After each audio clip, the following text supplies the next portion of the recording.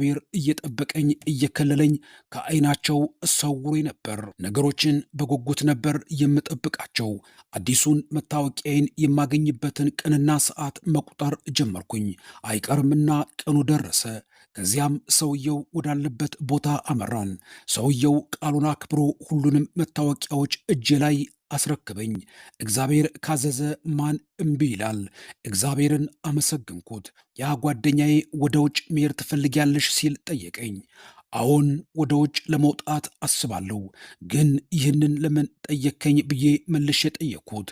ላንቺና ለልጅሽ 2 ፓስፖርቶችን ለማግኘት አስቤያለሁ። ነገር ግን ከሌላ ከተማ ነው። ተስማሚያለሽ ሲል ጠየቀኝ። እስማማለሁ እንጂ አልኩት። አስፈላጊ ቅጻቅጾችን ሞልቼ ለመጨረስ 10 ቀን ያክል ስጭኝ አለኝ። እኔም አመሰገንኩት። ወደ ቤቴ ስመለስ ልቤን ወደ አምላኬ አነሳው። ጌታ ሆይ አመሰግናለሁ፣ አንተን ብቻ አመሰግናለሁ። በሕይወቴ ዘመን ሁሉ አንተ ለቃልህ ታማኝ ነህ። አንተ ሁሉን በእጅህ ታደርጋለህ። ለእኛ ካንተ ሌላ የሚያስፈልገን ነገር የለም። ራሳቸውን ላንተ ያስረከቡ ሰዎች ብቻ ናቸው ያንተ የሰዎችን ሕይወት በሚገባ የምትመራ መሆኑን የሚያውቁት። ሁሉንም በበረከት የምትጎበኝ አንተ ፈጣሪ ብቻ ነህ።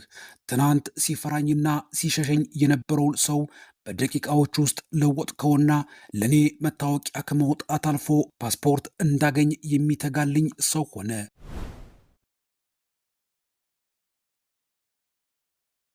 ተመለስኩና ወደ እስክንድሪያ ለመሄድ ወሰንኩኝ። የግል ትራንስፖርት አያስፈልገኝም። ግሬ ሃውንድ በተባለ የሕዝብ አውቶቡስ ተሳፈርን። አምላኬ ሆይ አንተ ከፊቴ ቀድመህ መንገዱን እየመራኸኝ ነበር። የሚሄደው ካንተ ኋላ ነው። ሰላም፣ ደስታ፣ ጥበቃና ክብካቤ ካንተ ዘንድ ናቸው። እስክንድሪያ ከተማ በባህሩ ዳር ወደሚገኘውና ጸጥ ወዳለው አፓርትመንት ጉዞ ጀመርን። ወቅቱ ታህሳስ በመሆኑ አየሩ ቀዝቃዛ ነው። በአካባቢው ማንም አልነበረም። አንተ ግን በልቤና በነፍሴ ውስጥ አብረኸኝ ነበርክ። 10 ቀናት አለፉ። መቼም ፓስፖርቱ አሁን ተዘጋጅቶ ማለቅ አለበት። የሚያወጣልንን ሰው ለማግኘት ሄድኩኝ። በሕጉ መሰረት በ2 ምስክሮች አስመስክሮ ፓስፖርቱን አዘጋጅቶ ጠበቀኝ። አብረን ፓስፖርቱን ለመቀበል ወደ ሌላው ከተማ ተጓዝን። ፓስፖርቱን ጨርሰው ማህተም አድርገው ሰጡን። እግዚአብሔር ሆይ አንተ መጋቢ ነህ፣ አንተም ወሳኝ ነህ። እንዴት ሊሆን ይችላል ብሎ መደነቅ አያስፈልግም። ይህ የአንተ ተአምር ነው። ለስምህ ክብርና ምስጋና ይሁን። አዲሱን መታወቂያና ፓስፖርት ይዘን ወደ እስክንድሪያ ተመለስን። አሁን ጥያቄው የመግቢያውን ቪዛ እንዴት እናገኘዋለን የሚለው ነበር። ደግሞስ ለቪዛ ማመልከት ያለብን የትኛው ሀገር ነው እያልኩ አስብ ነበር። ካይሮ ከተማ ውስጥ በቆየሁባቸው 50 ቀናት አንዱን ቀን ወደ ቤተ ክርስቲያን ሄድኩ። እዚያ አንድ ካህን አገኘው። ቤታቸው ጋበዙኝና ሄድኩኝ። ለመንግሥት ደህንነት እጅሽን መስጠት አለብሽ፣ በሽሽት መኖር የለብሽም፣ በአንቺ የተነሳ በእስር የሚሰቃዩ ብዙ ሰዎች አሉ ሲሉ መከሩኝ።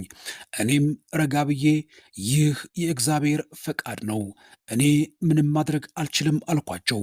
አንቺን ለመያዝ ባለመቻላቸው መናደዳቸውን ታውቂያለሽ። በዚህ ምክንያትም አንቺን የሚያውቅሽንም ሆነ ካሴቱን የያዘውን ሁሉ ከመያዝ አይመለሱም በማለት በይበልጥ ሊያስፈራሩኝ ሞከሩ። በእጃቸው እንደማልወድቅ እግዚአብሔር ቃል ገብቶልኛል። እኔ የተላኩበት ሌላ ተልእኮ አለኝ። እርሱ ሁሉንም ላንቺ አዘጋጃለሁና አትፍሪ ብሎኛል አልኳቸው። የምቀልድ ስለመሰላቸው የልበጣ ፈገግታ አሳዩኝና እኔ ግን በቶሎ እጅሽን ብትሰጪ ሁኔታው የተሻለ ይሆንልሻል ብዬ እመክርሻለሁ አሉኝ። እኔም ምናልባት ቢይዙኝና ቢደበድቡኝ ያን ጊዜ በመከራው ተገፋፍቼ በገንዘብ የሚረዱኝና ያስጠለሉኝን ሰዎች ስም እነግራቸው ይሆናል አልኳቸው። ልክ ይህንን ስናገር ደነገጡና በጭራሽ የአንዱንም ስም መናገር የለ